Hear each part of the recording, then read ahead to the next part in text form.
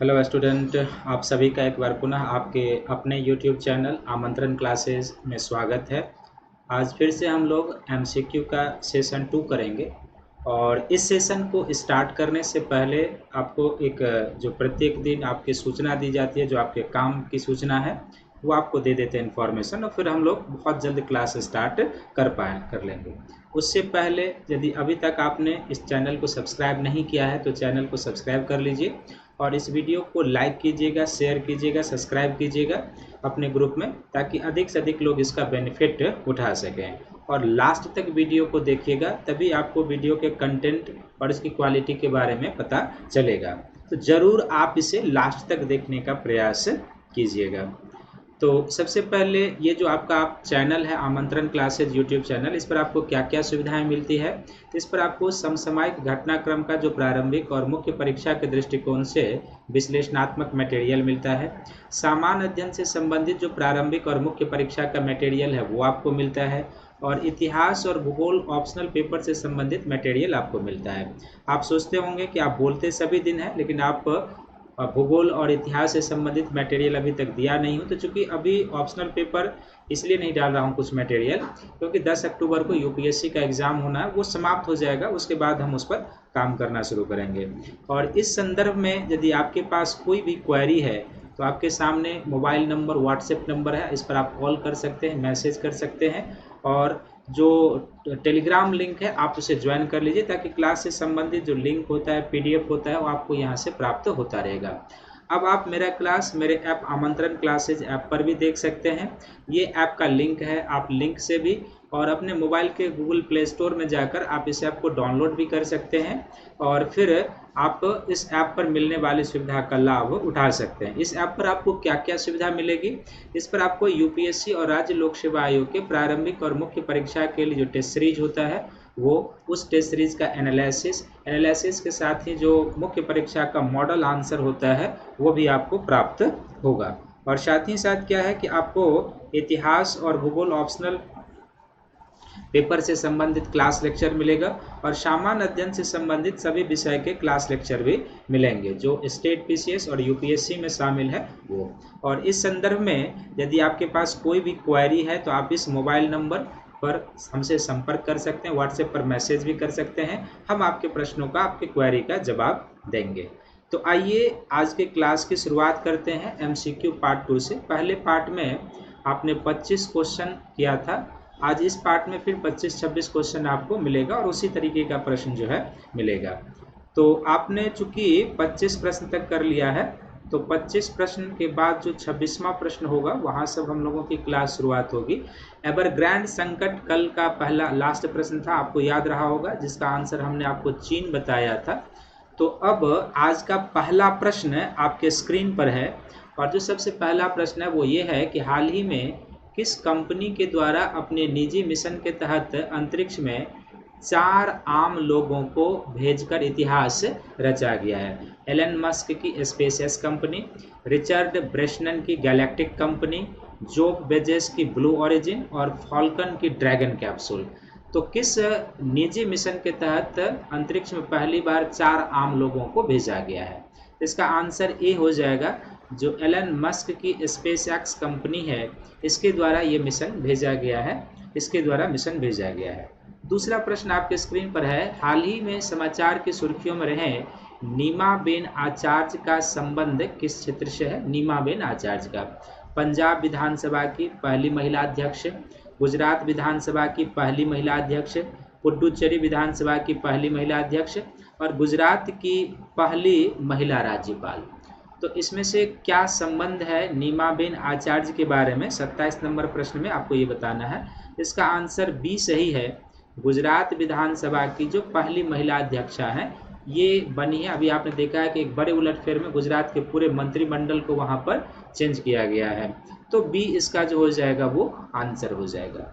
Next प्रश्न आपके screen पर है कि हाल ही में समाचार की सुर्खियों में रहे ताइवान जलडमरू मध्य किसको जोड़ता है? ताइवान जलडमरू मध्य किसको जोड़ता है? क्योंकि ये विवादित है यहाँ और विश्व का बहुत बड़ा ट्रेड रूट है, यहाँ से जो है सो जहाज़ों का, व्यापारिक जहाज़ों का आवागमन होता है। तो दक्षिण चीन सागर और पूर्वी चीन सागर, दक्षिण चीन सागर और जावा की खाड़ी, पूर्वी चीन सागर और जापान सागर, और दक्षिण चीन सागर और प्रशांत महासागर। तो आपका आंसर हो जाएगा ए, यह दक्षिण चीन सागर और पूर्वी चीन सागर को आपस में जोड़ता है। और ये जो ताइवान जल संधि है, इस क्षेत्र पर क्षेत्राधिकार को लेकर चीन और ताइवान के बीच जो है विवाद चलता रहता है, चीन और ताइवान के बीच। तो ए आपका ये आंसर हो जाएगा। चूंकि समाचार की सुर्खियों में है तो आने वाले किसी भी एग्जाम में आपसे ये पूछा जा सकता है। नेक्स्ट है कि हाल ही में समाचार की सुर्खियों में रहे जडमोर टनल आपस में किसको जोड़ेगा। ये 2-3 दिन पहले पेपर में चलता था, जडमोर टनल आपस में किसको जोड़ेगा। तो ये श्रीनगर को सोनमर्ग से जोड़ेगा, लेह को मनाली से, रोहतांग को मनाली से, और श्रीनगर को गुलमर्ग से जोड़ेगा। तो 29वें नंबर प्रश्न में आपको ये बताना है कि ये किसको किससे जोड़ेगा, ये आपको बताना है। तो ये जो जेडमोर टनल है ऑल ओवर आप देखेंगे तो इसका आंसर बी हो जाएगा। ये लेह को मनाली से जोड़ेगा, लेह को मनाली, और इसके माध्यम से मनाली फिर क्या हो जाएगा, श्रीनगर से भी जुड़ जाएगा। तो लेह मनाली श्रीनगर आप कहेंगे, लेकिन फिलहाल यहाँ पर बी इसका आंसर हो जाएगा। नेक्स्ट प्रश्न जो है वो आपके स्क्रीन पर है, वो ये है कि हाल ही में समाचार की सुर्खियों में रहे इसाकमैन का संबंध किस क्षेत्र से है। इसाकमैन का संबंध किस क्षेत्र से है। पहला है रिचर्ड ब्रेसनन और जो बोजेस के बाद अंतरिक्ष की यात्रा करने वाले तीसरे अरबपति रहे हैं। संयुक्त राष्ट्र महासभा के 76वें सत्र के अध्यक्ष रहे हैं। यूरोपीय संघ के नए अध्यक्ष और संयुक्त राष्ट्र शरणार्थी उच्चायोग के अध्यक्ष रहे हैं। तो इसाकमैन का जो संबंध है वो किस क्षेत्र से है, तो ये हो जाएगा इसका आंसर। रिचर्ड ब्रेसनन और जेफ बोजेस के बाद ये तीसरे ऐसे अरबपति हैं जिन्होंने अंतरिक्ष की यात्रा की है, तीसरे अरबपति हैं। तो ये याद रखेंगे। जो संयुक्त राष्ट्र महासभा का 76वां सत्र हुआ है तो मालदीव के जो राष्ट्रपति हैं वो यहाँ के प्रमुख थे, ये ध्यान में रखेंगे। नेक्स्ट है कि हाल ही में स्नेहा दुबे का समाचार की सुर्खियों में रहने का कारण क्या। पहला, संयुक्त राष्ट्र महासभा में भारत की अस्थायी प्रतिनिधि के कारण, यूनिसेफ के सद्भावना राजदूत के कारण, संयुक्त राष्ट्र महासभा में भारत के प्रथम सचिव के रूप में, और विश्व स्वास्थ्य संगठन के बोर्ड ऑफ गवर्नेंस के सदस्य के रूप में। तो स्नेहा दुबे का चर्चा में रहने का कारण क्या है, तो सी इसका आंसर हो जाएगा कि संयुक्त राष्ट्र महासभा में भारत की प्रथम सचिव। और अभी आपने देखा होगा कि इनका एक 5 मिनट का लगभग जो वीडियो है वो वायरल हो रहा है सोशल मीडिया पर, क्योंकि इस बैठक में इन्होंने अपने 5 मिनट के भाषण में पाकिस्तान को बिल्कुल खरी खरी सुनाई थी। पाकिस्तान को खरी हर एक मुद्दे पर इन्होंने पाकिस्तान को लताड़ा था।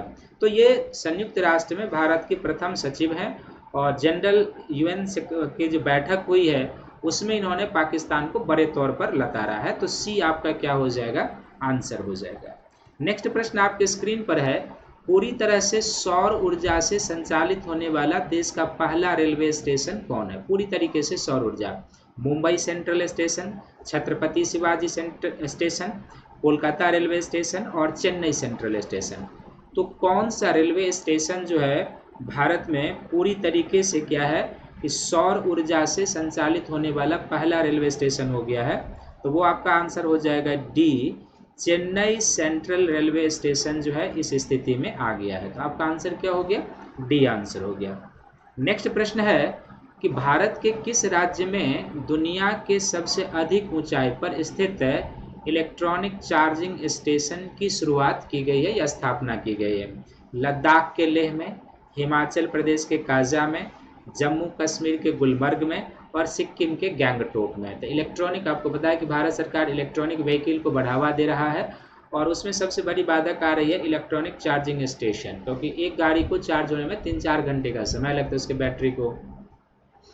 तो इसका जो आंसर हो जाएगा वो आपका क्या हो जाएगा, हिमाचल प्रदेश के काजा में इस तरीके का भारत का जो विश्व दुनिया का सबसे अधिक ऊंचाई पर इलेक्ट्रॉनिक चार्जिंग स्टेशन स्थापित किया गया है। 33 का आपका आंसर क्या हो गया, बी हो गया।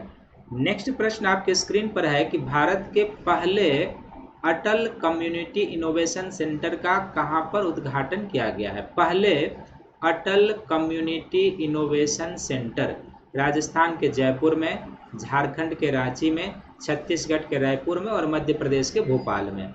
तो आपका जो इसमें आंसर हो जाएगा वो क्या हो जाएगा, राजस्थान के जयपुर में देश के पहले अटल कम्युनिटी इनोवेशन सेंटर की स्थापना की गई है। तो आपका आंसर हो गया जयपुर। नेक्स्ट प्रश्न आपके स्क्रीन पर है, हाल ही में पीटीआई यानी कि प्रेस ट्रस्ट ऑफ इंडिया का अध्यक्ष किसे बनाया गया है? अविक सरकार को, ज्ञानचंद्र पांडे को, मुदित मुखर्जी को और शोभना भारती को। तो प्रेस ट्रस्ट ऑफ इंडिया का हाल ही में चेयरमैन किसे बनाया गया है? इसका आंसर ये हो जाएगा, अविक सरकार को प्रेस ट्रस्ट ऑफ इंडिया का जो है वो चेयरमैन बनाया गया है। नेक्स्ट प्रश्न आपके स्क्रीन पर है, भारत का वह मेट्रो जिसने कार्बन क्रेडिट प्राप्त कर अब तक 20.5 करोड़ रुपए का राजस्व अर्जित किया है। तो भारत का कौन सा वो मेट्रो है जिसने कार्बन उत्सर्जन कम करके उस पर कार्बन क्रेडिट प्राप्त करके सर्टिफाइड इमिशन रिडक्शन प्रमाण पत्र प्राप्त करके इतने पैसे का राजस्व अर्जित किया है? Mumbai metro, Delhi metro, Cochin metro और चेन्नई मेट्रो। तो इसका आंसर क्या हो जाएगा आपका? इसका आंसर आपका हो जाएगा दिल्ली मेट्रो ने ये उपलब्धि हासिल की है।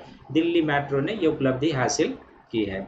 नेक्स्ट प्रश्न आपके स्क्रीन पर है कि हाल ही में बंगाल की खाड़ी में आए चक्रवात गुलाब, जिससे तटीय आंध्र प्रदेश, उड़ीसा से प्रभावित हुआ, तो गुलाब का नामकरण किस देश के द्वारा किया गया था? म्यांमार के द्वारा, थाईलैंड के द्वारा, बांग्लादेश के द्वारा और पाकिस्तान के द्वारा।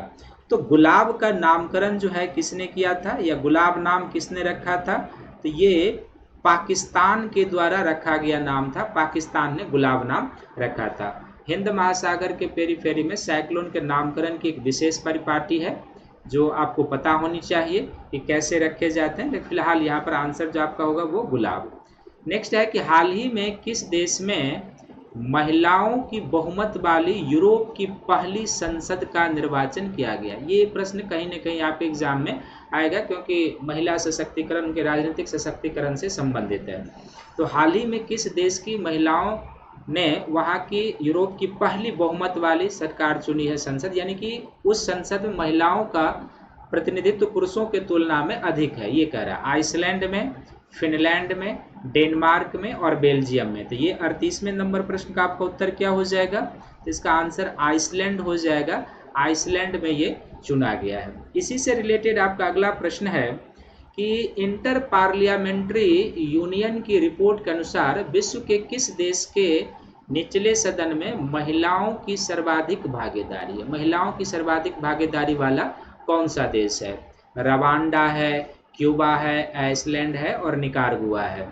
तो इस प्रश्न का जो उत्तर हो जाएगा, इंटर पार्लियामेंट्री यूनियन रिपोर्ट के अनुसार अफ्रीकी कंट्री जो रवांडा है, रवांडा में जो है महिलाओं का प्रतिनिधित्व विश्व में सबसे अधिक है। वैसे आपको यदि एग्जाम में क्रोनोलॉजी देने के लिए आ जाए तो इसमें मैंने उसी तरीके से ऑप्शन भी दिया है। सर्वाधिक महिलाओं का प्रतिनिधित्व रवांडा में पहले स्थान पर, दूसरे स्थान पर क्यूबा का है, तीसरे स्थान पर आइसलैंड का है और चौथे स्थान पर निकारागुआ का है। ये 4 ऐसे मुल्क हैं जहां पर क्रमिक रूप से संसद में महिलाओं का स्थान सबसे अधिक है, यानी महिला प्रतिनिधि सबसे अधिक है। पिछले प्रश्न में आपको कंफ्यूज नहीं होना है, ये विश्व स्तर पर है और आइसलैंड में जो चुना गया है वो यूरोप की पहली महिला संसद है। ये यूरोप के मामले में है, तो कंफ्यूजन में नहीं रहना है। नेक्स्ट प्रश्न आपके स्क्रीन पर है, हाल ही में किसे शांति स्वरूप भटनागर पुरस्कार 2021 से सम्मानित किए जाने की घोषणा की गई है? तो ये मोस्ट बीबीआई है। शांति स्वरूप भटनागर पुरस्कार किसे दिए जाने की घोषणा की गई है? तो आईआईटी कानपुर के वैज्ञानिक professor Arun Shukla, IIT BHU के वैज्ञानिक विशंभर पांडे, आईआईटी खड़गपुर के चंदेश्वर शुक्ला और आईआईटी दिल्ली के पी सत्यपाल। तो किसे शांति स्वरूप भटनागर पुरस्कार 2021 देने की घोषणा की गई है? तो वो आपका क्या हो जाएगा? ए आंसर हो जाएगा। आईआईटी कानपुर के वैज्ञानिक प्रोफेसर अरुण शुक्ला को जो है शांति स्वरूप भटनागर पुरस्कार दिया गया है। नेक्स्ट प्रश्न इसी से रिलेटेड हो जाएगा कि शांति स्वरूप भटनागर पुरस्कार निम्नलिखित में से किस क्षेत्र में दिया जाता है, किस एरिया में दिया जाता है? साहित्य के क्षेत्र में, विज्ञान और प्रौद्योगिकी के क्षेत्र में, पर्यावरण संरक्षण के क्षेत्र में, आपदा प्रबंधन अर्थात डिजास्टर मैनेजमेंट के क्षेत्र में। तो बहुत ही मार्वलस प्रश्न है। इसका एरिया क्या हो जाएगा? तो जो शांति स्वरूप भटनागर पुरस्कार दिया जाता है ये विज्ञान और प्रौद्योगिकी के क्षेत्र में दिया जाता है, विज्ञान और प्रौद्योगिकी के क्षेत्र में। तो बी आपका आंसर हो जाएगा। नेक्स्ट है कि हाल ही में सेबी के द्वारा इनमें से किन किन चीज़ों को मंजूरी दी गई है? गोल्ड एक्सचेंज गठित करने का, चांदी के लिए एक्सचेंजेस ट्रेडेड फंड कारोबार की मंजूरी, और तीसरा सोशल स्टॉक एक्सचेंज में एनजीओ को फंड जुटाने की सुविधा। इसमें से हाल ही में सेबी के द्वारा किन किन चीज़ों को अनुमति प्रदान की गई है ये आपको बताना है। तो आपका जो इसमें आंसर हो जाएगा डी आंसर हो जाएगा, डी हो जाएगा। इन सभी चीज़ों को सेबी ने बस 2-3 दिन पहले हरी झंडी दे दी है कि ये काम एक आर्थिक तौर पर किया जाएगा।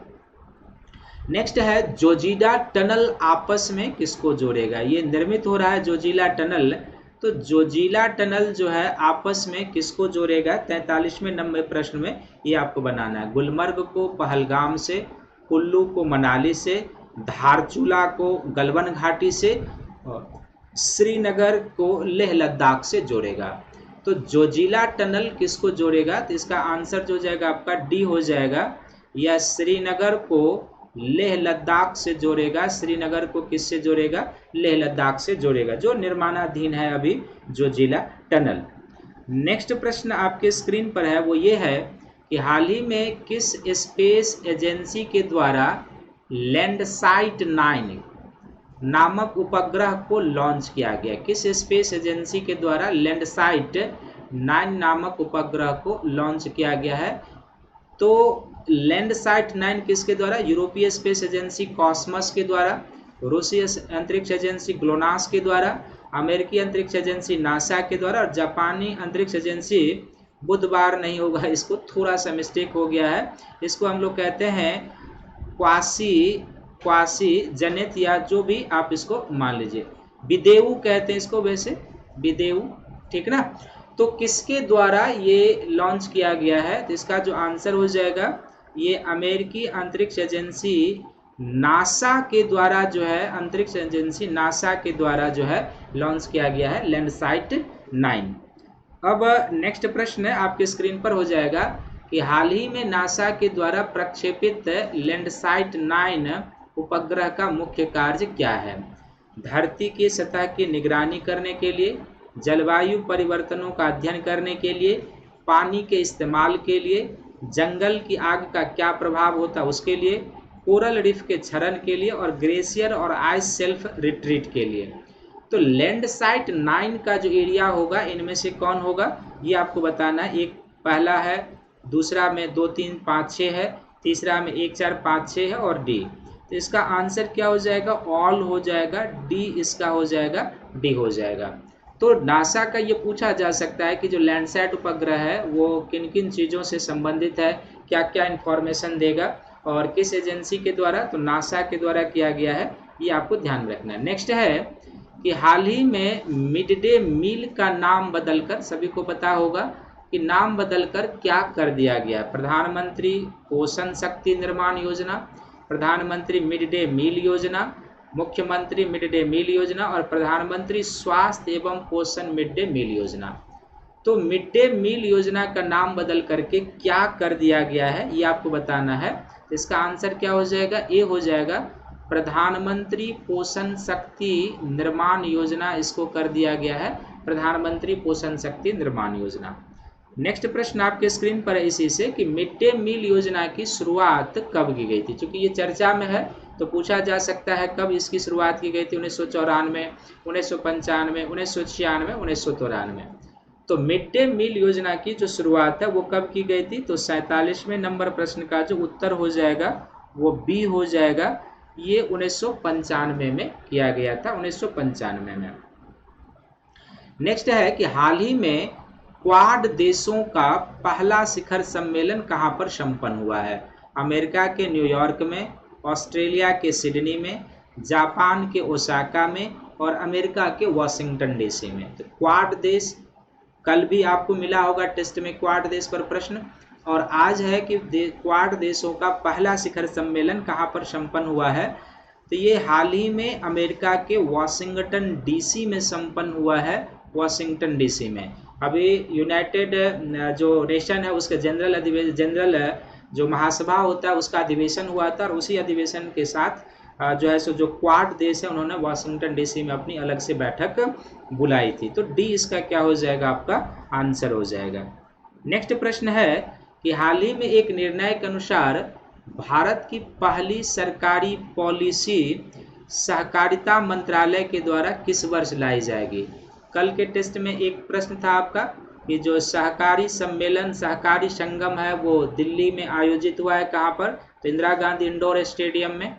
उसी में सहकारिता मंत्री माननीय श्री अमित शाह जी के द्वारा यह घोषित किया गया कि भारत की पहली सहकारिता नीति लाई जाएगी। तो कब, ये आज़ादी के बाद की बात है, तो जो नया मंत्रालय घोषित हुआ उसकी पहली नीति हो जाएगी। कब लाया जाएगा, 2022 में, 2023 में, 2024 में, 2025 में। तो उनके घोषणा के अनुसार ये नीति 2022 में लाई जाएगी, 2022 में लाई जाएगी। तो ये आपका आंसर हो जाएगा। नेक्स्ट प्रश्न है कि हाल ही में किस राज्य में बुनकर सेवा डिजाइन संसाधन केंद्र की स्थापना की गई है।